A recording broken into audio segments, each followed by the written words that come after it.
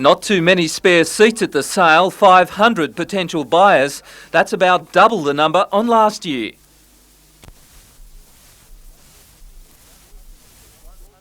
$170 bulls were put to auction, only 5% were passed in. $4,250 the top price for an Angus bull. In the heat of the sale, more rain for the region. Gloucester part of the 27% of the state which is free of drought. I think probably last year in the middle of the drought, a lot of people held back, didn't buy a bull, whereas this year they need a bull, so they've come on and come along here today to purchase a bull.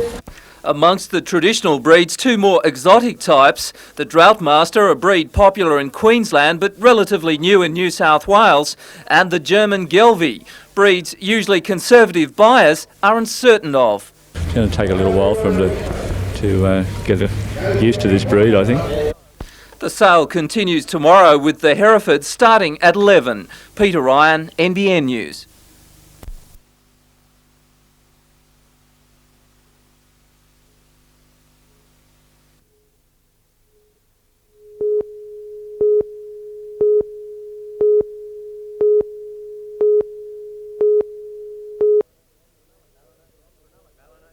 Ballina in the Cronulla colours were on the boil early, and it was their nippy 5/8 who scored the first try. Ballina kept attacking and applying the pressure to Lismore, and it paid off. The kick through not fielded cleanly, allowing Ballina to swoop and score again.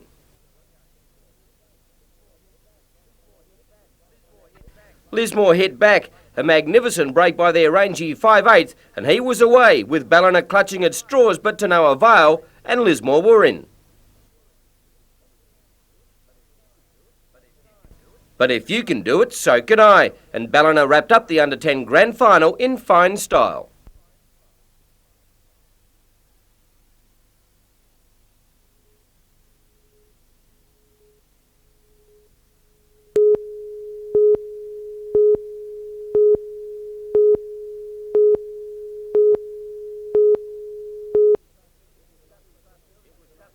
It was cut and thrust early as the Knights got their first taste of semi-final football, first attacking and then turning defender as Penrith's Tolson Tollett went tantalisingly close. But it was the Knights that got the point through Wayne Richards, and they led 8-0. The Blue and Reds went further ahead with the try of the match, Smith offloading to Edwards, and he made space to Shane Mackley, who was away and under the posts. 14-0 at half-time, and the Knights continually threw caution to the wind to stretch the Panthers on numerous occasions. And they finally put the issue beyond doubt when speedy winger Jason Edwards picked up an intercept and it was put the glasses down. The Knights home, 20 points to 0. To Northern New South Wales soccer, and in the semi-final of First Division, Lake Macquarie led 1-0 at half-time from this effort. Then it was one-way traffic, West Wallsend's first coming from a comedy of errors and a bit of luck. The second was a repeat of City's goal, from the corner and a bumping of heads. Number 3 came soon after, a great corner, and it was 3-1. City were rattled, and a shocking kick-off resulted in number 4 to West Wallsend. And to wrap up the 5-1 thrashing, a magnificent free kick.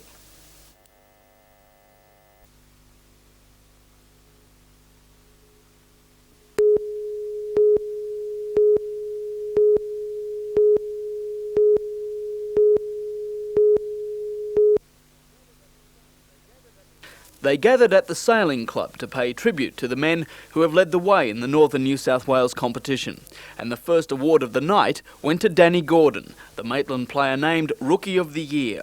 For the past 4 years, he's been a regular in both Hunter and Northern New South Wales amateur rep sides. Jim Foley was Coach of the Year. Foley steered Highfields Azuri to the First Division Premiership. I think you don't do it without a very good backing from the club. And in that respect, I'd like to thank our committee. Then, to coin a phrase, the moment they'd all been waiting for. Player of the Year. Peter Oberhauser, goalkeeper for the Coalfields Club Western. He beat Hamilton defender Scott Dorman and Highfield striker Craig Penfold for the main prize. Being a goalkeeper, I'm outnumbered, or we are outnumbered by 10 to 1 to field players, so it's something I can stick it up for the goalkeepers too, which was good.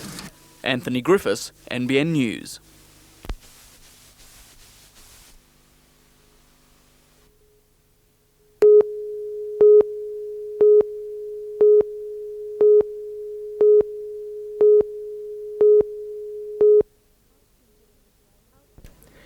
Alstonville and the Grey have been in the finals for 3 of the last 5 years, and their skills shone through. Goulburn's lack of experience in a semi-final slowed their efforts. Alstonville was ahead 1-0 at half-time. A goal 90 seconds into the second half was a turning point for the team, with the goals beginning to flow. Alstonville's superior teamwork always kept them in control. At the final whistle, it was Alstonville 5, Goulburn 1. The winner will play in tomorrow's final against Lithgow. The semi-final between Taree and Crookwell was much closer. The Crookwell side in the gold was not accustomed to the bouncy surface. Some lapses in their midfield defence gave Taree a 2-1 advantage at half-time. Crookwell was quick to retaliate in the next half. Their superior teamwork and ball passing skills meant a 6-2 win to Crookwell, which puts them into the final.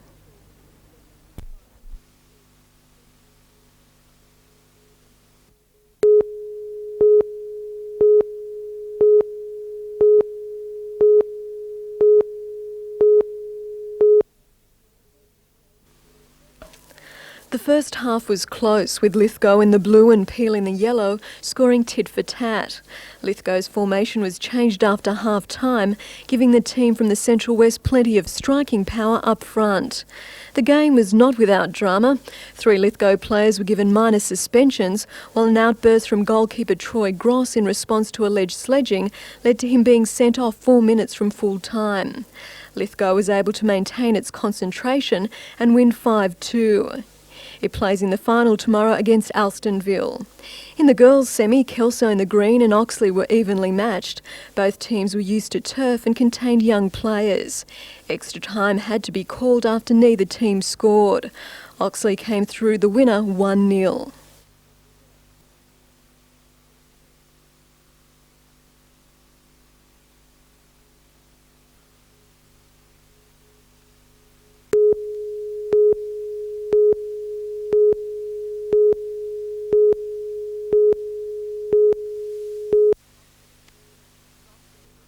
Some called it a persecution. There was standing room only at the Dungog Community Centre as Council convened a special meeting to vote on a motion calling for the resignation of Shire President Bruce Williams.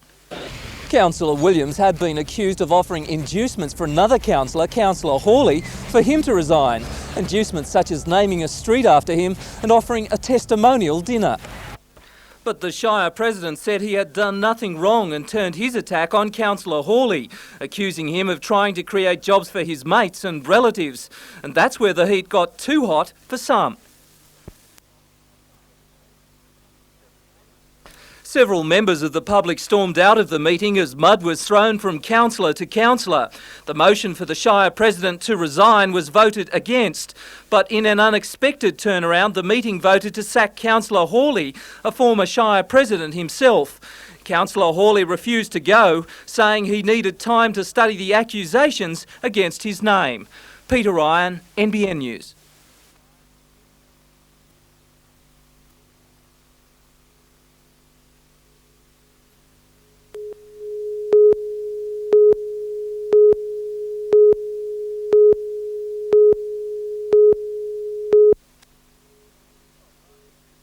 Bob Martin says farmers and some people using speedboats on the river are only creating extra problems for the siltation of the Williams, and they must be stopped now. Mr Martin admits a River Catchment Management Trust is working to address pollution problems, but it's all taking too long. You can have a lot of committees talking for a lot of activities, but what we've got to do is see some action, and that action's got to happen sooner than later. Bob Martin says the river must be policed to stop people using boats in the river irresponsibly. Their wash can badly erode the banks, and farmers must be given an ultimatum to plant more trees and stop clearing. The Hunter Water Corporation says work is progressing to fix the problem, but it takes time. A special study will be finished in a year.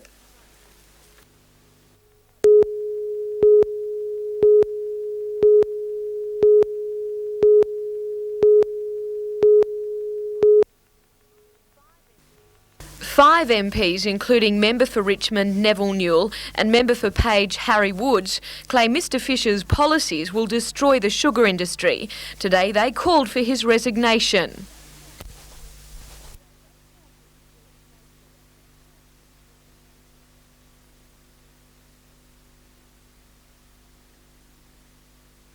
Mr Fisher has been accused of ignoring sugar industry task force recommendations and what the industry itself has to say. We, as representatives of the sugar belt of Australia, cannot stand by and allow this industry to be destroyed. The coalition policies will lead to zero tariffs, which will destroy the sugar industry of this country. And we believe that Tim Fisher is not playing his part in putting confidence into the industry, and indeed is doing his utmost to allow that industry to go down the drain. The National Party's continued support for Dr Hewson's zero tariff policies has been strongly criticised. So too has Mr Fisher's repeated calls for Australia to join the North American Free Trade Agreement rather than do business with our Asian trading partners. The group believes its call will be supported from within the National Party. And the feedback coming through from rank and file cane farmers in particular, who are card-carrying members of the National Party, is that they want to see Fisher go.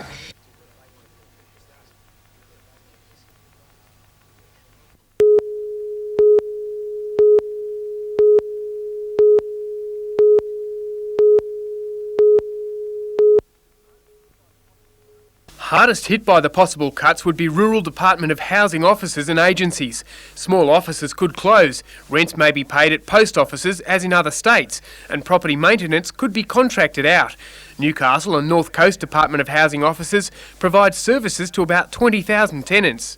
The clients of the Housing Department, people who rent public housing, will have no face-to-face contact with the department. The Public Service Association was made aware of the plans to bring job reductions forward after Department of Housing figures were leaked from the Treasury and brought up in Parliament. The Treasury has asked all government departments to revise and forecast job reduction programs before the budget, less than a fortnight away, in line with the government's plan to cut 12,500 positions from the public service. 9,000 have already gone through voluntary redundancies and natural attrition, but the PSA fears that if the projections are brought forward, workers will be sacked. The association has little faith in the Premier's promised job cut freeze. From the documents that we've seen now, the government is trying to speed up the process of making cuts, bringing them forward from the 1993-94 budget year into the 92-93 budget year, which would maybe give them some breathing space rather than their employees some breathing space to bring down a more people-friendly budget leading up to the next election.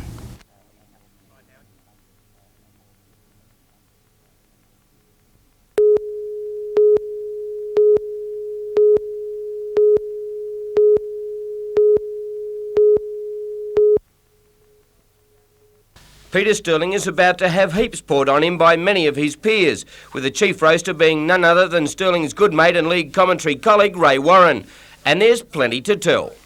Oh yeah, well Wayne Pearce shared a room with him on 2 kangaroo tours, so he's got plenty. And I'd say that the others, well, Malcolm Johnson's been on a few horses that he's backed. Everyone's got something. The New South Wales Cancer Council and the Victim of Crimes Assistance League will benefit from the night of mirth and mayhem, and for the champion halfback, there's a special significance in his fundraising role. Well, it goes back a long way with me because I did lose my mother through cancer, so it's something could be, and I suppose if you can do something in those situations, you know, why not? And you know, we've got something like 700-800 people already coming along to this night, so it's going to be a marvellous night for those two charities, and to be able to come along and enjoy the night but still be doing a good deed, that's what it's all about. But Sterlo is a little apprehensive as to what will happen.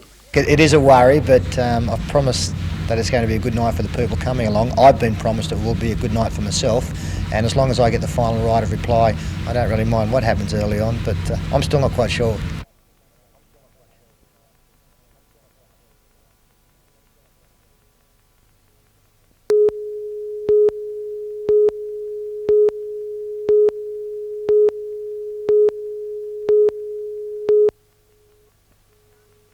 The concept was started in Australia by Americans 5 years ago. Newcastle businessman Steve Spencer recently took over the idea and has, he believes, developed the world's first self-serve franchised car wash. Newcastle is now the national headquarters and training centre for future franchises. Increased employment opportunities is but one of the benefits for Newcastle. We'll use local manufacturers wherever we can to develop new processes. We're already manufacturing our own chemicals, not in Newcastle, but we're looking at doing that in Newcastle. Mr Spencer is also looking at selling the concept overseas.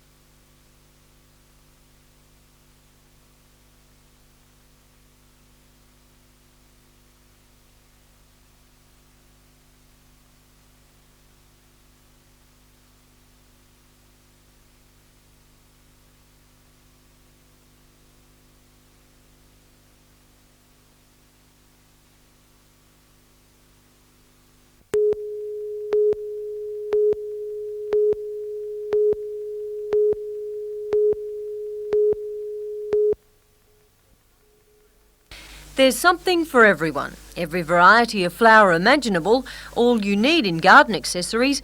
There's landscaping ideas and machinery for the hobby farmer. One of the main features of the festival is a flora display section which has attracted exhibitors from across the state. More than 60,000 people are expected to attend the extravaganza during the next 4 days.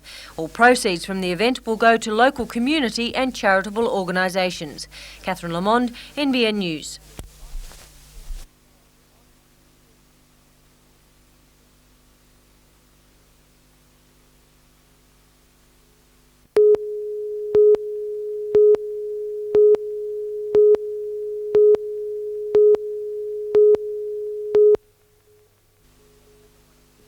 Quirindi hasn't won a first-grade major premiership in 24 years. The side will go into tomorrow's match confident after their decisive win over Moree in the major semi-final. Quirindi does, however, have to overcome the hoodoo of their last 3 Central Northern Grand Final appearances where they have been defeated. Moree has had a tough run to the Grand Final. After being trounced by Quirindi, the side had a tough 29-all draw with Barraba in last weekend's final. The side was elevated to the Grand Final because it finished ahead of the Rams on the competition ladder. Moree are represented in all 3 grades. In the under-19s, they tackle Inverell, and the reserve grade is a clash between Moree and Narrabri.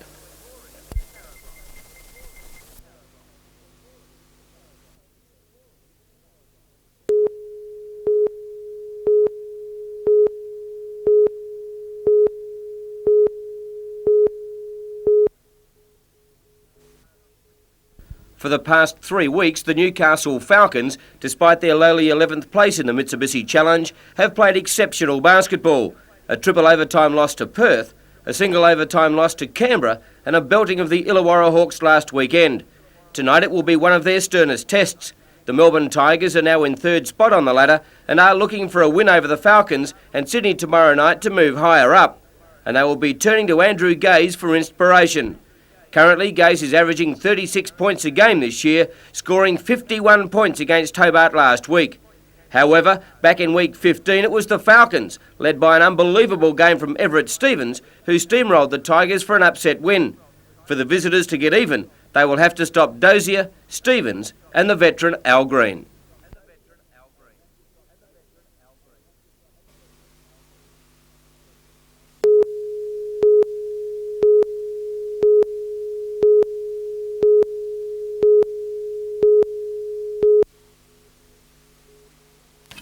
Villa's 210 to 370 kilograms in the C2 grade fetched 117 to 120 cents, no change on last week. Heifers 370 plus C3 fetched 108 to 119, up 4 cents. Cows 420 to 520 D4 fetched 94 to 110, up 7 cents.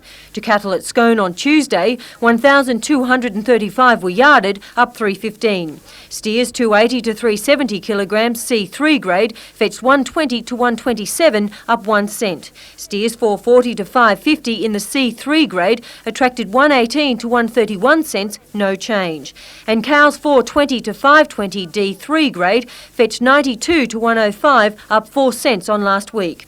To Singleton on Wednesday, there was a fair to good quality yarding, with 885 cattle yarded, down 75. Vealers 210 to 370 kilograms, grade C3, attracted 118 to 133, up 3 cents on last week. Heifers 370 plus C3 grade fetched 114 to 116, up 2 cents. Bullocks 550 plus kilograms C4 grade attracted 120 to 126 cents, up 2 on last week.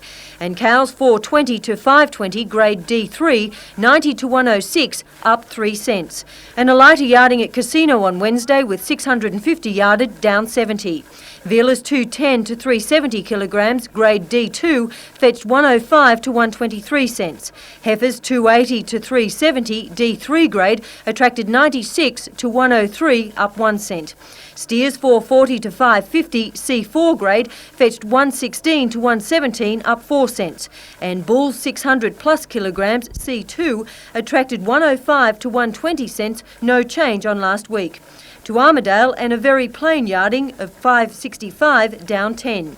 Steers 280 to 370 kilograms, C2 grade, fetched 105 to 112, down 9 cents on last week. And bulls 600 plus kilograms, grade B2, fetched 112 to 130 cents, up 2 on last week.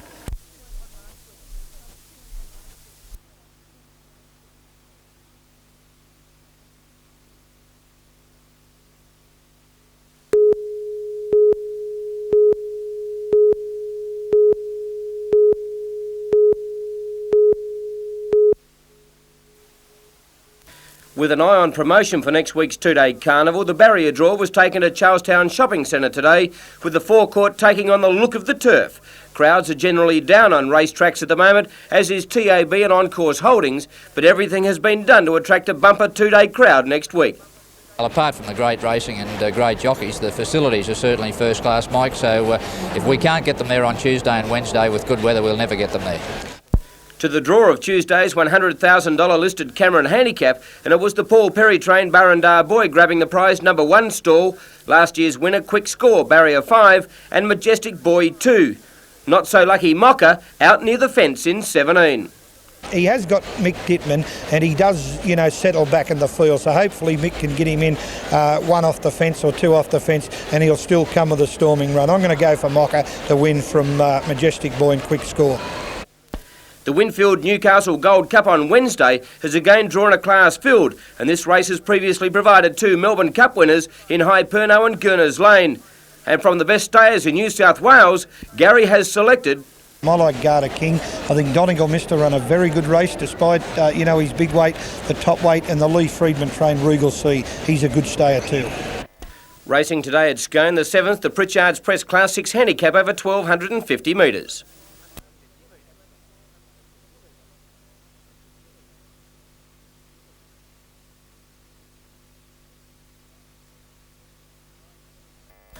$5, $10 and $170, $190, insufficient starters for a third divvy. The Quinella $5.60 and not much change in the trifecta, $31.20.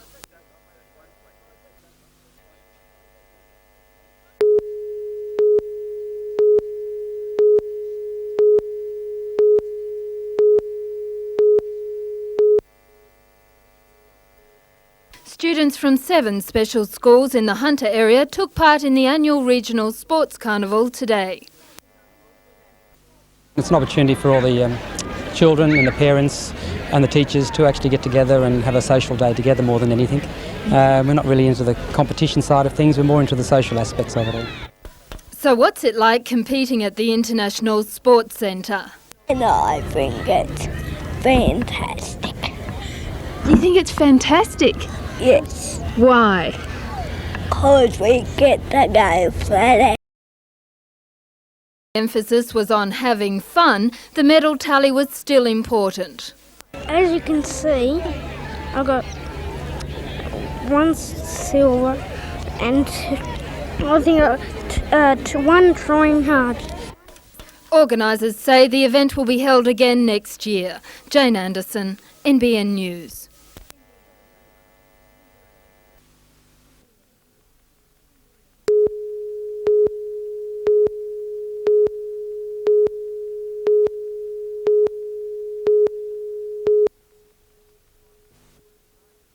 It was a night of high fashion and glamour. No chance of being a wallflower in this outfit. And if it gets too hot, you can always cool down. And apparently it's okay to break the odd tradition. How about a black wedding? She's not a very happy bride, this one. You're crying. I wonder why. I think you picked the wrong colour. And the leather in this very clever design. To our racewear section. All right. Okay, turn. Turn, slow, slow, slow, slow. And face to the camera. That's nice.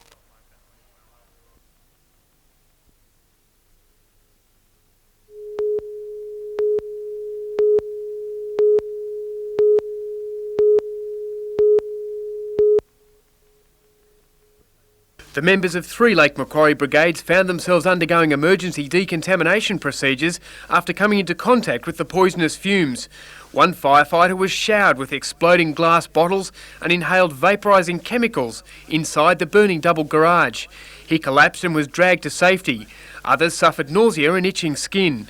All were taken by ambulance to the Mater Hospital for medical checks. Some of the men's families were also held for observation after coming into contact with contaminated uniforms. Checks of the building found internal timber framework treated with creosote and copper arsenate paint, the fumes from which can be deadly. The problem is with the copper arsenate, it can have some effect for anything in excess of or up to 48 hours after the actual fire. An investigation at the scene discovered traces of a number of domestic chemicals. 2 uninsured cars, a motor trike and tools were destroyed in the blaze.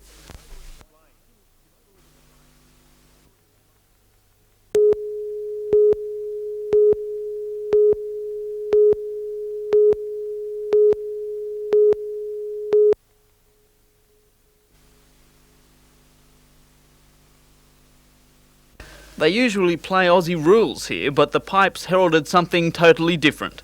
A special parade marking the 11th Special Olympics. From Murwillumbah to Kempsey, from Tamworth and Corindai, more than 100 kids with a chance to grab a little bit of that thrill of competition. Let the games begin. Ready, set, go!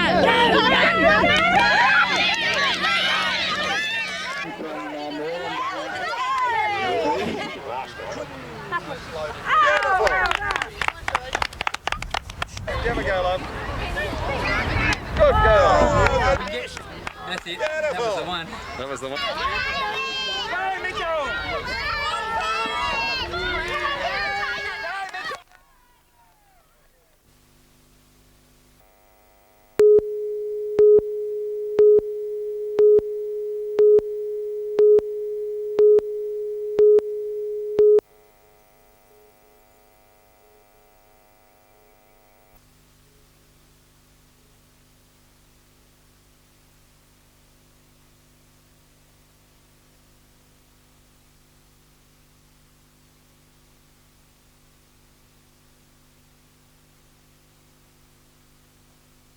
Wheattail getting into the clear is running on pretty well, followed by Burbridge, and here comes Star of the Realm, and look at Grooming right down the outside. Ramia hit the front, tackled by Star of the Realm. Star of the Realm takes the lead close to home. Flying home is Sub-Zero. Star of the Realm too good. 10, 11 and 5, 1850. The Quinella, the trifecta, $1,888.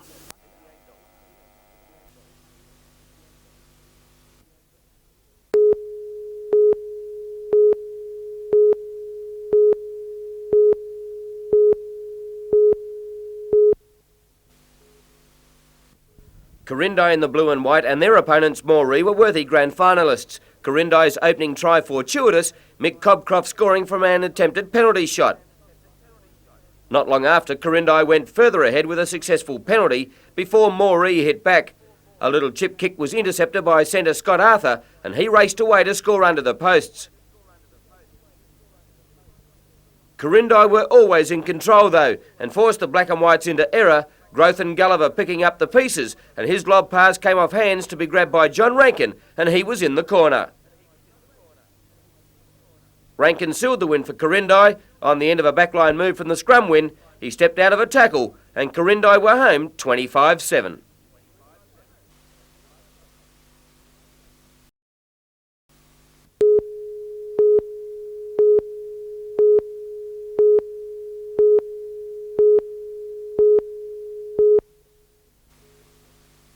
For 20 years, the de Havilland Vampire jet fighter at Tamworth's CWA Park has stood as a memorial to those who served in the Australian Flying Corps during both World Wars. However, the condition of the monument has deteriorated. Tamair, a private charter company, has decided to undertake its restoration. Today, for a brief moment, the plane was airborne again. It was then gently lifted onto a truck.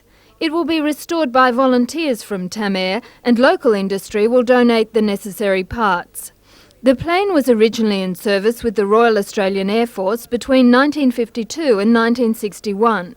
While it didn't actually see combat, it was used at the Research and Development Unit in Edinburgh, South Australia.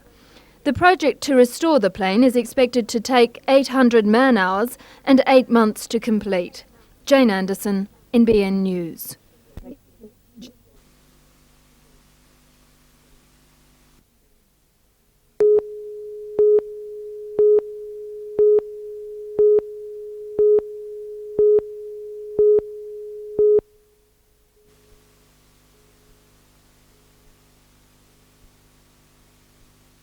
Students from Armidale High School Orchestra and a number of primary schools provided the music at the service. This was the first time such an event has been held. To gather the schools and the community together to have an opportunity of rejoicing in the fact that we are a community of schools, a university, and to give God thanks and praise for that. The service was attended by students and their families. Dean Olive hopes the ceremony will be held again next year.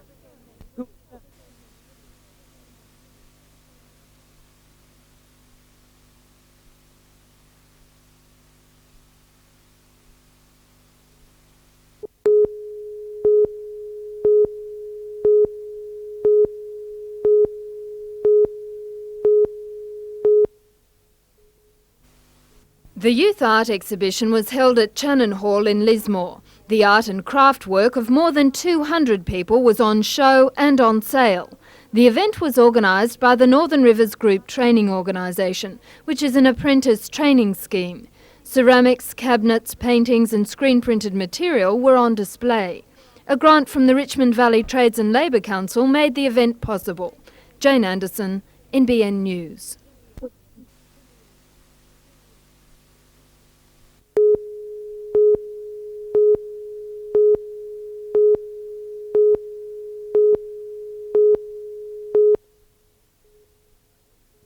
Boys and girls took part in the carnival with the competition very high.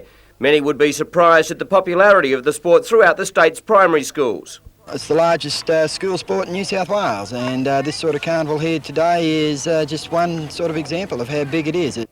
Semi-finals and finals were being played late this afternoon in the Northwest Knockout competition. To racing in at Inverell yesterday, the Ashford Cup over 1400 metres.